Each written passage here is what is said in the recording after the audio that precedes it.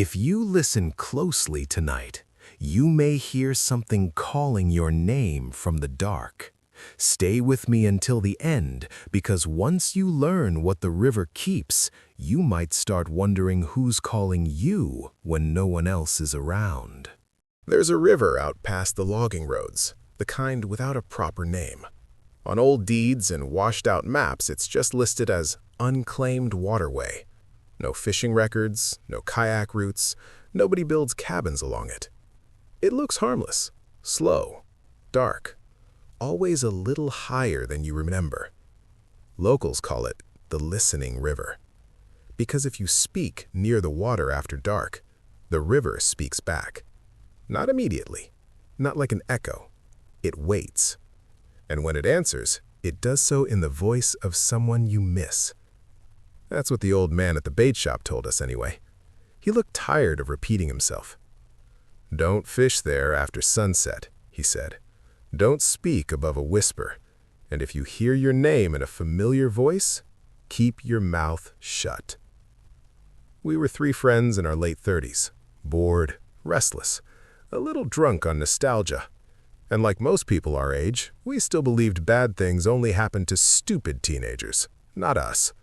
So, of course, we went anyway. The road narrowed into gravel, then dirt, then something that barely qualified as ground. Trees leaned over us, branches knitting together like ribs. The river revealed itself, slowly, a long black ribbon sliding through the trees without a sound. It didn't ripple, didn't chatter over stones, didn't behave like water at all. When we stepped onto the bank, the air cooled instantly, like walking into a cellar. No frogs, no insects, just silence layered on silence. We cast our lines and waited. The darkness crept in without us noticing. One moment there was a sky, the next, nothing but a soft, moonless void pressing down. That was when the first voice came. It said my name. Calm, familiar, soft as a hand brushing your shoulder. My father's voice. He'd been dead 7 years. It came from the water, not across it, not downstream, from inside it. I nearly answered, but the warning stuck in my throat like a fishbone. If you hear your name in a familiar voice, keep your mouth shut. So I did. My hands shook. My friends laughed it off. "Grief does weird things," one of them said. I should have gone home then. But we stayed. Because people always stay until the river learns enough. The second night we returned. Because fear turns into curiosity if you let it sit too long. This time, the river spoke to everyone. Sarah heard her sister, the one who left home at 19 and never came back. It spoke with her lopsided smile, her lazy drawl, the little laugh at the end of every sentence.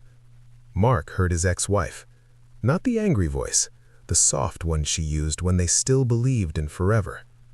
None of us replied. The river didn't like that.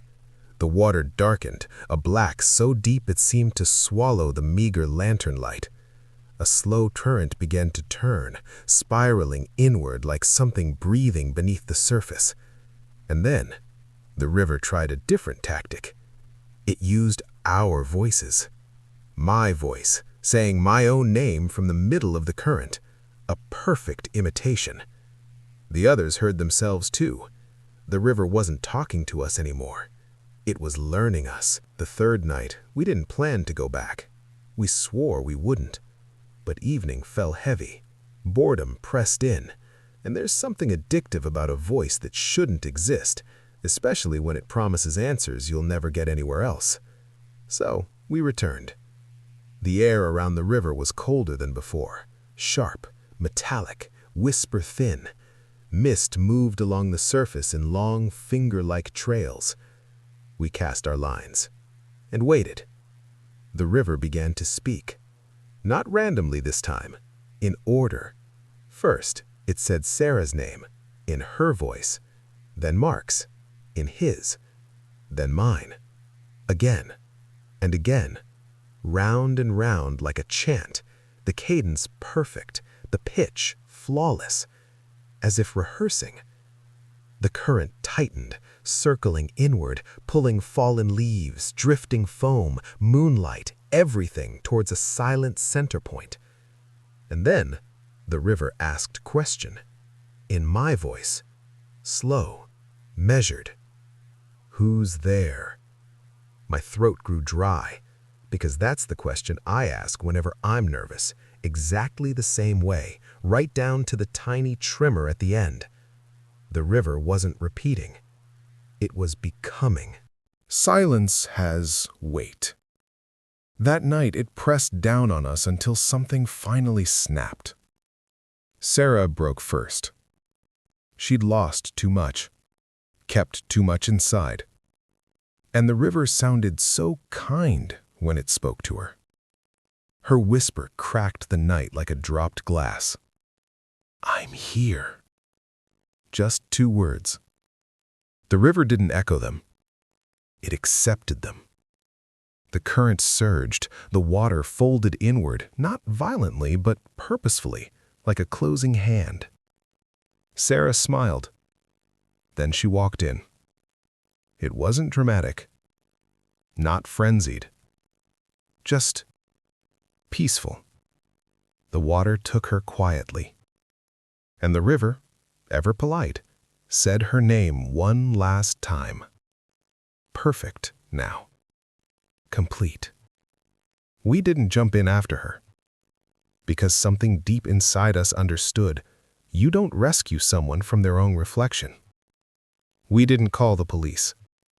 We didn't tell anyone, because the river wasn't done yet, and we were too afraid of what it might say. Mark stopped sleeping.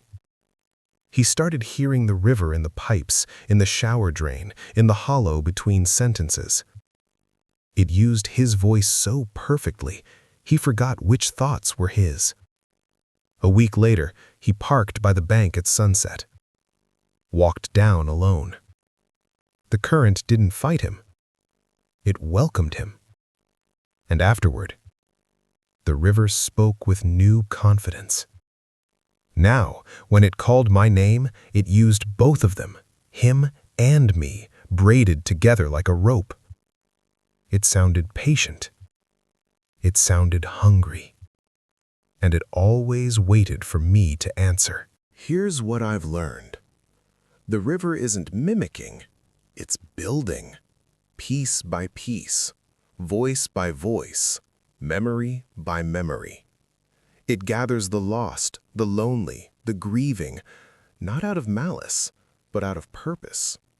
It wants to be someone complete, someone real.